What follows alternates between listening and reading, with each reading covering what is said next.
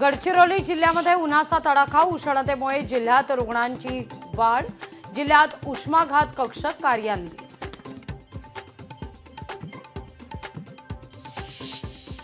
सपाचे आमदार अबू आझमींनी घेतली मंत्री दादा भुसेंची भेट, भुसेंच्या शासकीय निवासस्थानी भेट, मतदारसंघातील शाळांप्रश्नी दोघांमध्ये चर्चा।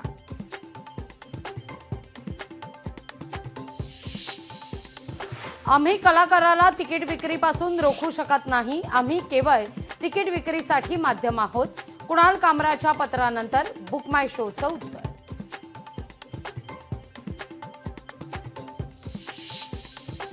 प्रताप सरनाईक उद्या पालघर जिल्हा दौऱ्यावर, सूर्या धरण पाणीपुरवठा योजनेची करणार पाहणी।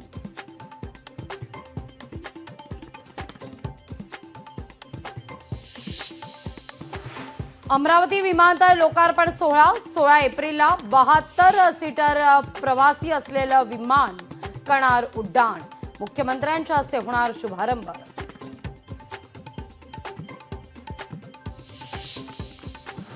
ठाण्यात नर्सिंग कोर्सच्या विद्यार्थ्यांची मोठी फसवणूक, लाखोंची फी आकारून निकाल न देता संस्था बंद।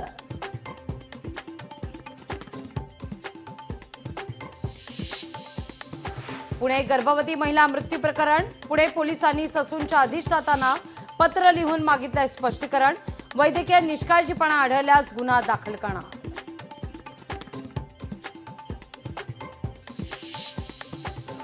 सांगलीत माजी महापौर सुरेश पाटील यांच्या आत्महत्येचा प्रयत्न, सुरेश पाटील यांच्यावर उपचार सुरू, आत्महत्येचं कारण अस्पष्ट।